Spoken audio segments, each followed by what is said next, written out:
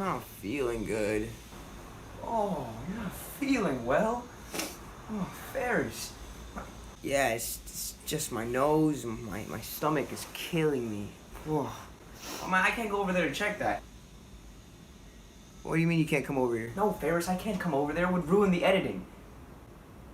What are you looking at? But seriously, Ferris, you don't understand. Are you actually okay?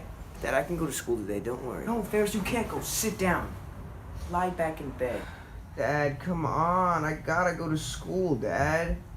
Ferris, I'm not gonna let you go to school today. Do you see the condition that you're in? It's not fair. And I'm not gonna tolerate you going around high school getting other kids sick. I have a test to take. No, Ferris. It's just a test. You can always take it another day. Stay home in bed, alright? Feel better. Dad, it's fine. No, Ferris. Stay home.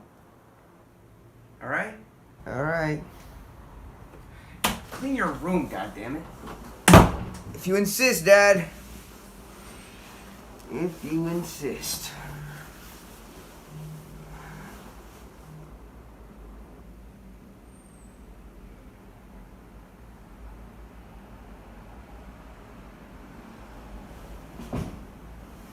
He bought it. Incredible. One of the worst performances of my career, and they didn't doubt it for a second. How could I possibly be expected to handle high school on a day like this?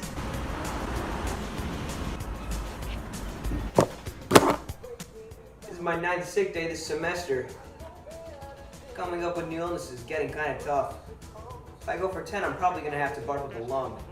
So I better make this one count. The key to faking out the parents is the clammy hands. It's a good non-specific symptom, and I'm a big believer in it. A lot of people will tell you that a good phony fever is a deadlock, but if you got a nervous mother, then you could wind up in a doctor's office. That's a lot worse than school. So you fake a stomach cramp, and when you're bent over, moaning and wailing, you lick your palms. I mean, it's a little childish and stupid, but then again, so is high school. Life moves pretty fast. And if you don't stop and look around once in a while, you could miss it. I do have a test today. That wasn't bullshit. It's on European socialism. Well, who gives a crap? I'm not European. I don't plan on being European, so who cares if they're socialists? They could be fascist anarchists for all I care. Still doesn't change the fact that I don't own a car. Not that I condone fascism or anything. Or any ism for that matter. Isms, in my opinion, are not good. A person should not believe in an ism, but should only believe in himself. I quote John Lennon. I don't believe in the Beatles, I just believe in me. Good point. After all, he was the walrus. I could be the walrus.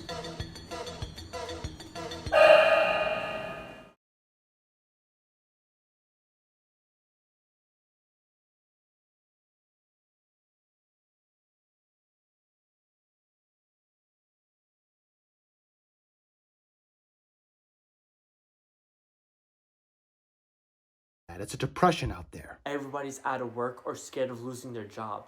The dollar bill buys a nickel's worth. Banks are going bust. Shopkeepers are keeping a gun under the counter, while punks are running around wild in the streets and nobody anywhere seems to know what to do. And there's no end to it. So there's no end to it. We know that our air is unfit to breathe and our food is unfit to eat. And we sit watching TV while some local newscaster tells us that today we had 15 homicides and 63 violent crimes, as if that's the way it's supposed to be. We know things are bad. They're worse than bad. They're crazy. So we don't go out anymore. We sit in the house, and slowly the world we are living in is getting smaller and smaller. And all we say is, please, at least leave us alone in our living rooms. We have my toaster and my TV and my steel belted radios, and I want... Well, I'm not going to leave you alone. I want you to get mad. I don't want you to protest. I don't want you to riot. I don't want you to write to your congressman because I wouldn't know what to tell you to write anyways. All I know is that first, you've got to get mad. I don't know what to do about the depression, about the inflation and the Russians and crimes in the streets. All I know is that first, you've got to get mad. You've got to say, I am a human being, god damn it, my life has value. So I want you to get up now. I want all of you to get up out of your chairs. I want you to get up right now and go to the window, open it, and stick your head out and yell, I am mad as hell. And I'm not gonna take it anymore.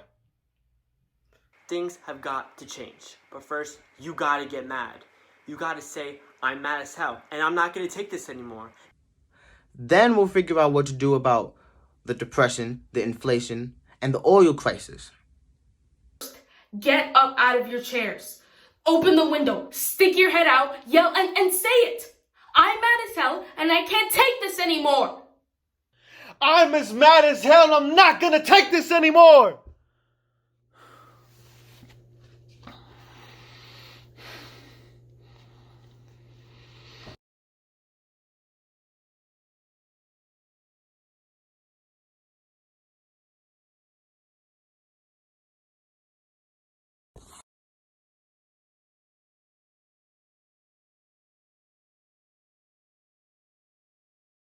So, you want to learn about my pet? Well, his name's Leon, and he's hot. When I say he's hot, I mean he's very hot. So, I basically have one of the world's most dangerous pets, so, yeah, this is him. He may not look dangerous, but, he is. And I bet you're wondering why I have gloves on. It's so my hands don't burn, it's still hot, so you gotta switch hands sometimes, But, yeah, I keep this hat on him because without it, his head would burst into flames because his head's the most hottest part. And I found him in a park one day, and I tried to pick him up, and then he just, burned both of my hands. So, normally, I would just leave him there. And then he just followed me home. So I had to keep him. And then I bought this little bow tie for him. I matches him. And yeah, this is my pet. We don't really do much. I only watch TV with him. Can't really touch him though, but it's still nice. So yeah.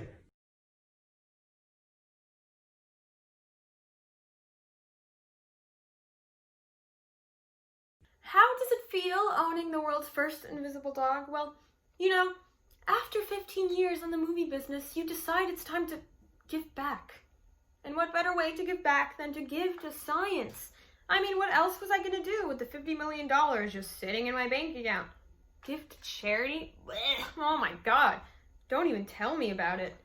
Anyways, I decided to give scientists $50 million so that they could cure the flu or whatever it is that they do. And in return, as a thank you, because I'm just that humble, they decided to give me Edward. And Edward is the best dog I've ever had in my entire life. With my old dogs, I had to buy a new Gucci sweater every 2 minutes because they kept ruining it with their fur. But Edward, his fur is invisible. So this time I don't have to buy a new couch every 2 weeks. Oh, here he is. Hey. Oh, yeah. Hey, buddy. Oh, what? Oh my god. He's a little heavy, but I know. Oh, I hope that's your face. But yeah. Oh, I think he wants to get down. As you see, it's pretty easy having an invisible dog. I've only stepped on him twice, so that's pretty good.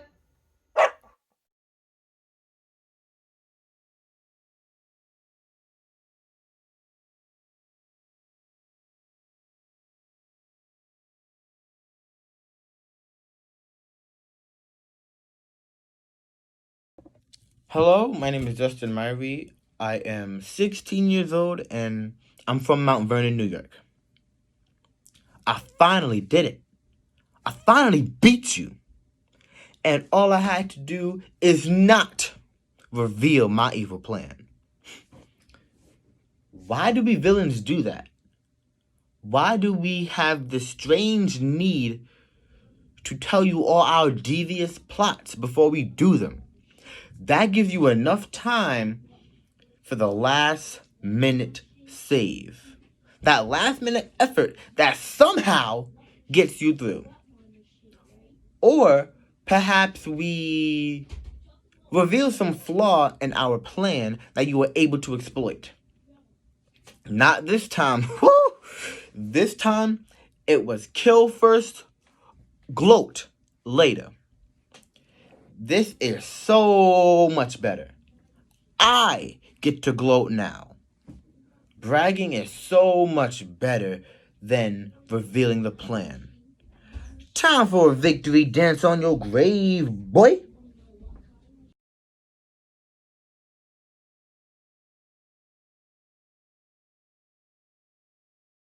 My name's Tobias Foreman. I'm 14 years old, and I live in Mount Vernon, New York. Everything? Fine, I'll tell you. In 3rd grade, I cheated on my history exam. In 4th grade, I took my uncle's toupee and glued it to my face when I was Moses in my school's Hebrew play. In 5th grade, I pushed my sister down the steps and blamed it on the dog. And then when my mom sent me to fat camp that year, they were serving us lunch and I just kind of picked out. But the worst thing I've ever done? Oh, it all started one day when I was mixing puke at home. Then I went to the movie theater and hid the puke in my jacket. And when I climbed up on the balcony, I made some weird noise like, and then I poured the puke on everyone. And everyone started puking on each other and getting sick, and I really never felt that bad in my entire life. But then again, it was funny.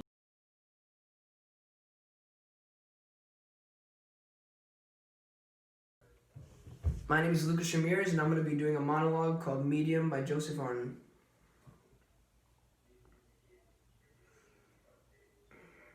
No, yeah, that one. Wait, no, scroll. Scroll a little bit. That one's nice. Wait, no, just one. That one. That one. I'm a medium. Why do you keep asking me if I'm a small? Do I look like a hobbit to you? No. Listen, I have wide shoulders, okay? See, look. See how my shoulders are wide, and as you go down, they begin to V? Yeah, that's because I have wide shoulders. Now, listen. I understand the last shirt you got me was a small, and it was still a little big on me. But that's just the way that company makes that style shirt, alright? Like, there are other companies that I can get a large in. Like that coat you made fun of me in. The one that I bought? Yeah, that was a style. A little baggy. Okay, alright. Okay, I get it. Alright, it was a little big. I get it. Why did I buy a coat so big? Listen, honey. Do I suffer from a slight case of Napoleon disease? Not like a big case, but like a small case. Do you think? Well, I'm no Napoleon, because I'm 5'11". I'm not 5'9", I'm 5'11". Listen, the last time we measured, we were in your mother's old house with the original flooring from 1910. Do you know what that means? The floor is all crooked and lopsided. Now listen, your Uncle Toby, who's 2'2", was towering over me in the kitchen, but when we got to the living room, he was at my knees. Oh, come on, I'm not 5'9", I'm at least 5'10". I'm 100% sure on that. I swear on my life. And listen, that's a good height for a man. I'm not complaining. I'll give you the inch. But listen, just order me a shirt in a medium. That's what shirts fit me best in, alright?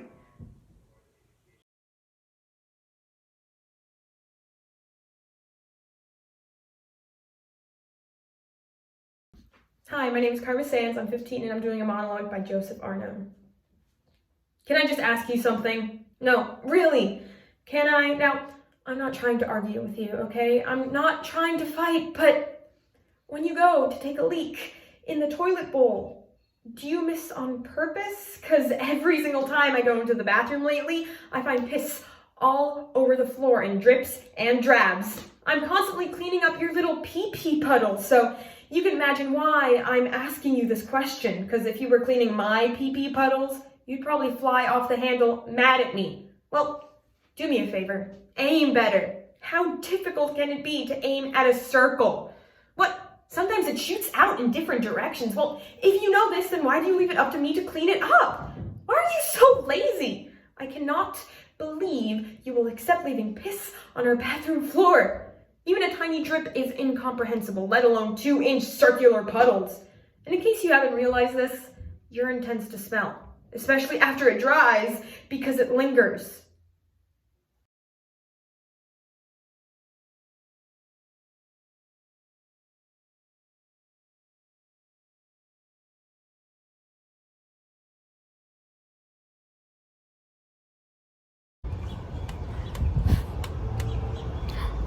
Hey, my name's Forrest Gump. Do you want a chocolate? I could eat about 1.5 million of these. My mama always said life was like a box of chocolates. You never know what you're gonna get. Those seem like comfortable shoes. Can probably walk around all day in those and not feel a thing. I wish I had shoes like that. You know what? My feet hurt. Yeah, my mama always said there's an awful lot you can tell someone by their shoes. Where they're going, where they've been. I had a lot of shoes. If I think real hard, I can probably remember my first pair of shoes. Mama said they were my special shoes, that they'd take me anywhere. She said they was my Mackie shoes.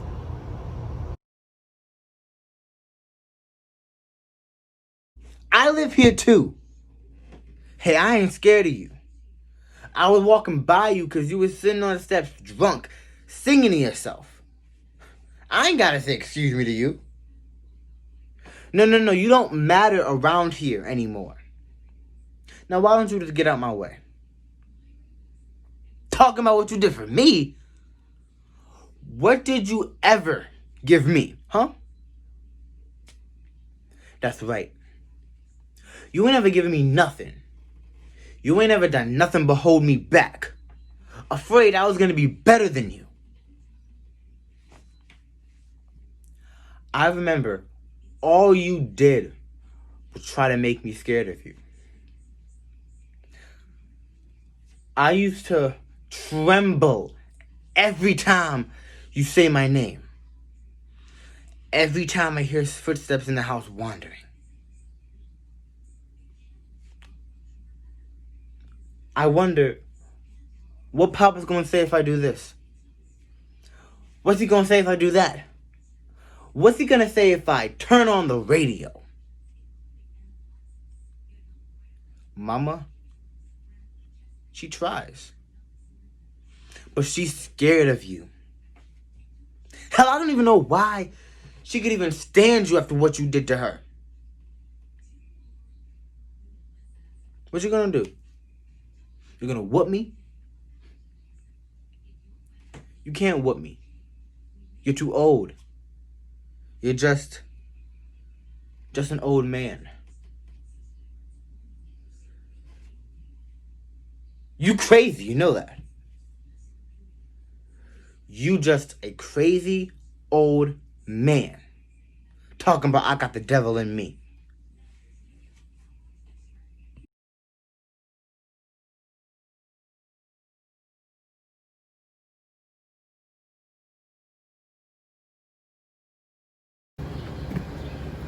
My lords, my ladies, and everyone else here not sitting on the cushion, today you find yourselves equals, for you all are equally blessed, for I have the pride, the privilege, nay, the pleasure of introducing you to a knight, sired by knights.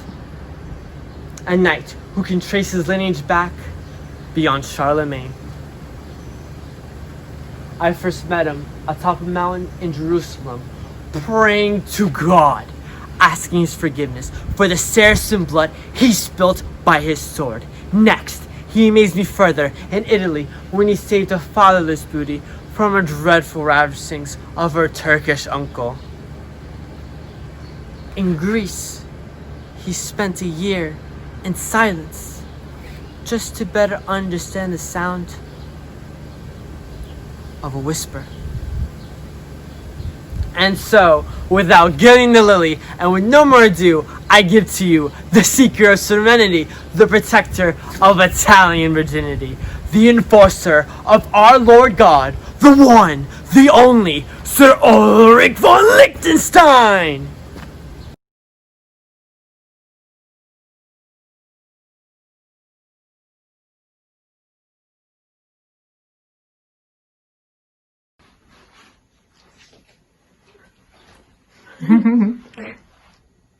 Okay, so like right now, for example, the Haitians need to come to America.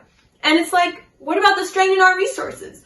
And so one time I had this garden party for my father's birthday, and I told people to RSVP because it was a sit-down dinner, right? But then people came that like did not RSVP, so I was totally bugging. I hauled ass to the kitchen, redistributed the food, and then squeezed in plates wherever I could. And by the end of the day, it was like, the more the merrier. And so, if the government could just please head to the kitchen and rearrange some things, I'm certain we could party with the Haitians. And in conclusion, may I please remind you all that it does not say RSVP on the Statue of Liberty.